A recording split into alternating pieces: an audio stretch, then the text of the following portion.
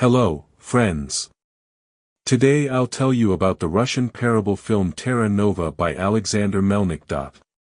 The authorities are ready to grant true freedom to prisoners serving life sentences, fresh air, no system, and complete freedom of movement within a designated island. It seems that only a fool would refuse such an offer. But are the convicts themselves truly ready for this kind of freedom? Will they be able to use it wisely? And won't this freedom become an even harsher punishment than prison itself? A strong man walks across a desolate, ice-covered rocky island. At one point, his foot slips and he tumbles down a slope, falling into an icy river. After climbing out, he keeps walking. But let's go back a little. A Russian prison.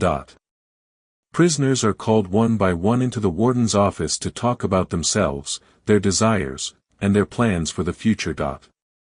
Each of them is offered to take part in an experiment, and gain their freedom. Every single one agrees without hesitation, not knowing what awaits them where they're being sent. After that, all inmates are led into the sealed hold of a ship. Among murderers, maniacs, and lunatics sits a former pilot, Ivan Gilin.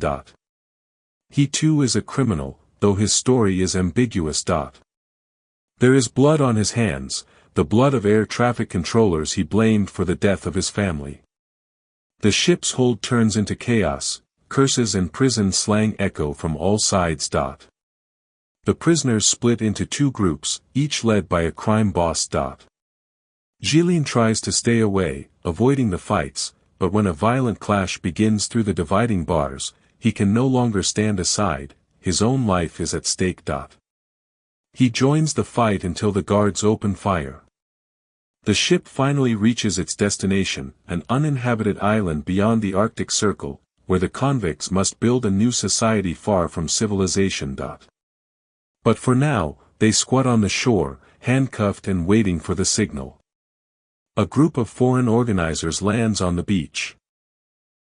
They deliver an inspiring speech and inform the convicts that they'll have a chance to return to prison. To do that, they must swim to a buoy and press a button, sending their ID and reason for returning. The buoy can also be used to request help. Leaving a few wooden crates and throwing down the keys to the handcuffs, the prison officials retreat to their ship, guns still aimed at the prisoners. As soon as the command is given, the crowd rushes for the keys, shoving and beating each other. Gilin stands aside. The fight doesn't stop, the strongest criminals immediately try to seize power, causing even greater chaos. Many die right there on the beach, never even attempting to build a colony. A few swim out to the buoy and destroy it so that no one else can call for help without their permission. The rest head inland, to where barracks have been prepared for the experiment. Ivan packs a bag, takes some food, a knife, a warm jacket, and leaves the camp. He understands that the fight for power has just begun, and staying among 200 hardened criminals is too dangerous. Gilin wanders the island, searching for a place to make his own camp. He finds a secluded spot surrounded by rocks and water and settles there. Exhausted, he takes out a photo of his late family and falls asleep.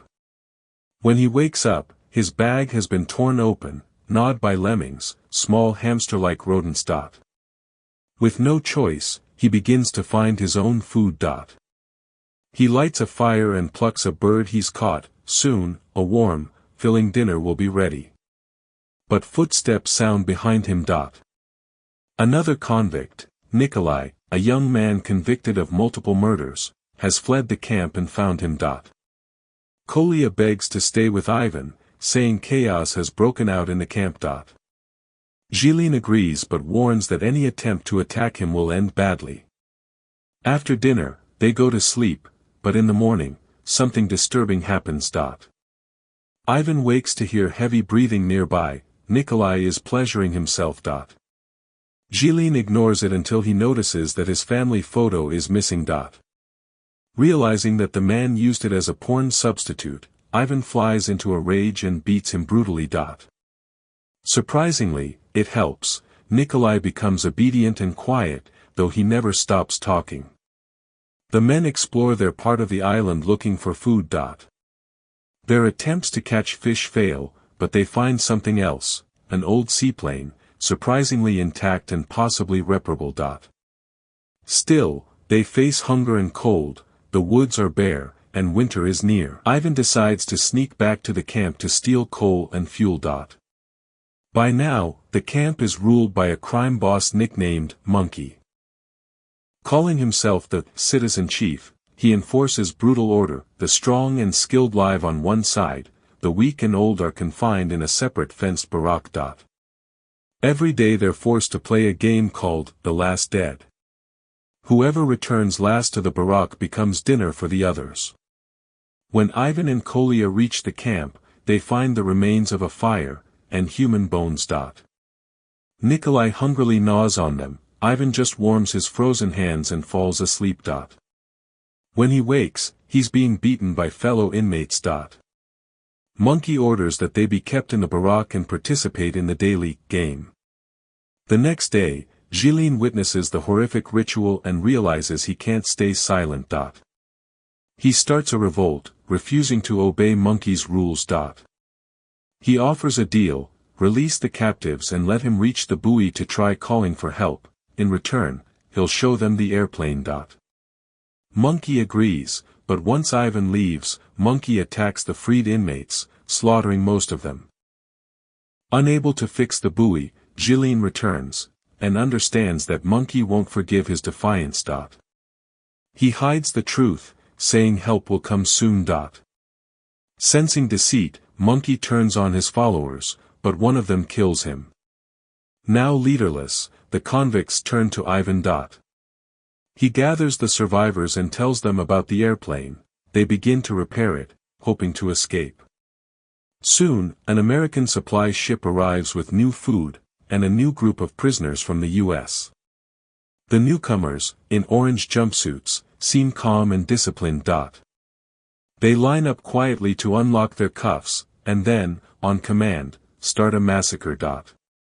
Chaos erupts again, blood stains the rocky shore, the barracks go up in flames. From the ship, the observers watch in horror and order the experiment terminated. Gunfire rains down on the island, hundreds die instantly.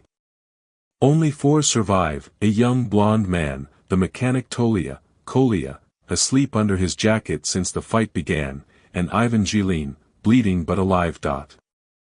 They rush to the plane. At last, they have a chance to escape. Kolya helps push the aircraft into the water, then says goodbye. He knows that with his violent nature, there's no place for him in the real world, he'll only hurt others again. He climbs to the top of a rocky cliff and watches as the plane picks up speed.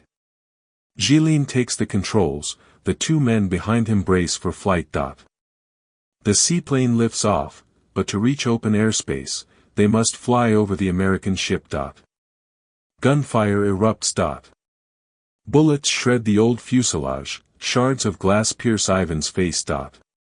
But he smiles and keeps pulling the stick, climbing higher.